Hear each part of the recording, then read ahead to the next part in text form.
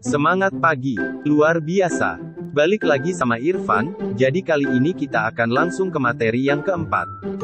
Materi keempat. Alur proses penyelesaian perselisihan hubungan industrial, atau yang dikenal dengan PPHI. Sebelum menuju materi, Irfan menyarankan agar mendengarkan video ini dengan menggunakan headset atau earphone. Sebelum kita mengetahui apa saja dan bagaimana alur proses penyelesaian hubungan industrial, mari kita pahami hal-hal berikut. Perselisihan hubungan industrial adalah perbedaan pendapat yang mengakibatkan pertentangan antara pengusaha atau gabungan pengusaha dengan pekerja atau buruh atau serikat pekerja. Perselisihan ini terbagi atas 4 macam, yaitu 1. Perselisihan hak. 2. Perselisihan kepentingan. 3. Perselisihan pemutusan hubungan kerja atau PHK, dan yang keempat, perselisihan antar serikat pekerja. Pembahasan ini sesuai dengan Undang-Undang Nomor 2 Tahun 2004 tentang penyelesaian perselisihan hubungan industrial.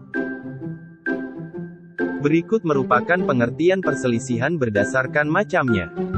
Perselisihan hak merupakan perselisihan mengenai tidak dipenuhinya hak karena perbedaan penafsiran perundang-undangan atau PP atau PKB, yang biasanya terjadi antara manajemen perusahaan dan pekerja atau serikat pekerja. Perselisihan kepentingan merupakan perselisihan mengenai perbedaan pendapat dalam penyusunan syarat-syarat kerja dalam PK atau perjanjian kerja. PP atau PKB, perselisihan ini biasanya terjadi ketika terjadi perbedaan pandangan mengenai penyusunan kebijakan yang baru terjadi antara manajemen perusahaan dan pekerja atau serikat pekerja. Perselisihan pemutusan hubungan kerja atau PHK, merupakan perselisihan mengenai perbedaan pendapat dalam proses pemutusan hubungan kerja. Contohnya mengenai penyebab adanya PHK pada pekerja yang berbeda pandangan, serta mengenai perbedaan penghitungan uang yang diberikan kepada pekerja yang terkena PHK. Perselisihan antar serikat pekerja merupakan perselisihan mengenai ketidaksesuaian paham antar serikat pekerja atau serikat buruh dalam satu perusahaan, misalnya terkait keanggotaan yang terdaftar pada organisasi serikat pekerja. Berikut alur proses dari penyelesaian perselisihan hubungan industrial yang harus kita pahami. Jika terjadi perselisihan, maka tahap pertama adalah melalui perundingan bipartit. Perundingan ini merupakan pertemuan atau musyawarah antara para pihak yang berselisih. Perundingan ini maksimal dilaksanakan dalam kurun waktu 30 hari. Hasil dari perundingan bipartit yaitu persetujuan bersama antara para pihak yang berselisih, baik menciptakan solusi maupun melanjutkan ke tahap berikutnya. Jika pada perundingan bipartit disepakati untuk dilanjutkan ke tahap berikutnya, maka ada 3 macam tahap yang dapat dilakukan yang melibatkan pihak ketiga. Pemerintah. 3 macam tahap tersebut yaitu mediasi, konsiliasi, dan arbitrase. Yang pertama, penyelesaian perselisihan melalui mediasi.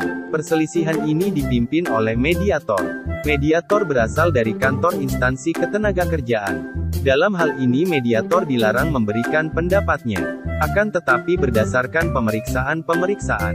Penyelesaian ini dapat digunakan dalam perselisihan hak, kepentingan, PHK, dan antar serikat. Hasil dari mediasi adalah anjuran tertulis, yang menjadi dasar perjanjian bersama atau melanjutkan perselisihan ke tahap berikutnya. Yang kedua, penyelesaian perselisihan melalui konsiliasi. Perselisihan ini dipimpin oleh konsiliator. Konsiliator berasal dari kantor instansi ketenagakerjaan. Dalam hal ini konsiliator berhak berpendapat berdasar dari pemeriksaan-pemeriksaan. Penyelesaian ini dapat digunakan dalam perselisihan kepentingan, PHK, dan antar serikat. Hasil dari konsiliasi adalah anjuran tertulis, yang menjadi dasar perjanjian bersama atau melanjutkan perselisihan ke tahap berikutnya. Dan yang ketiga, penyelesaian perselisihan melalui arbitrase. Perselisihan ini dipimpin oleh arbiter. Arbiter yang berwenang ditetapkan oleh menteri. Dalam hal ini arbiter wajib memberitahukan kepada para pihak tentang hal yang mungkin akan mempengaruhi putusan arbitrase.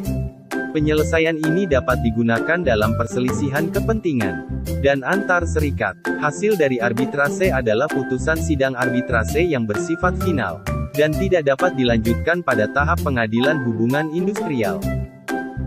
Ketiga tahap ini maksimal harus selesai dalam kurun waktu 30 hari. Mediasi dan konsiliasi menghasilkan anjuran tertulis.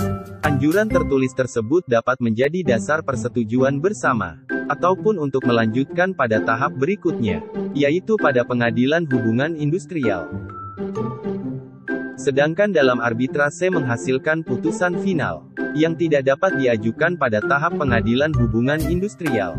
Pada tahap lanjutan dari mediasi dan konsiliasi, adalah tahap pada pengadilan hubungan industrial. Tahap ini merupakan pengadilan khusus yang berada pada lingkungan peradilan umum.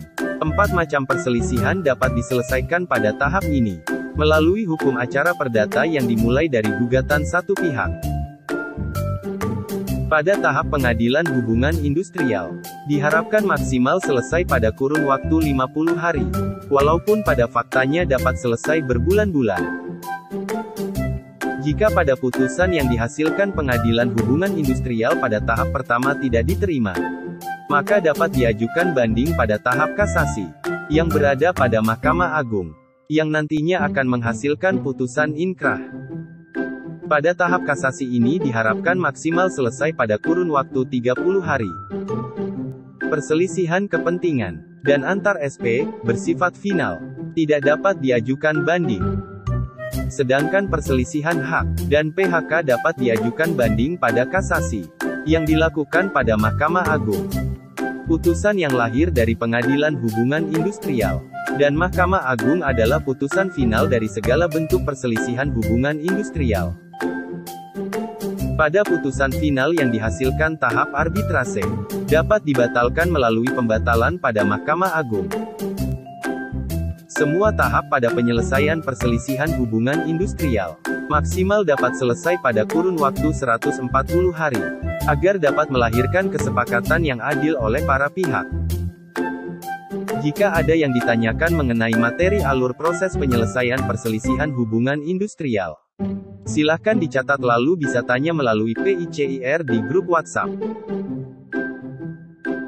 Materi ini adalah materi penutup dari IR e-learning kali ini. Terima kasih atas partisipasinya telah menyimak penjelasan dari Irfan. Oke, sebagai penutup, setelah ini akan ada post-test yang dapat kalian kerjakan, yang tersedia pada Buma LMS, bisa langsung dibuka post-test tersebut. Selamat mengerjakan, semangat pagi, sampai jumpa dengan Irfan di lain kesempatan.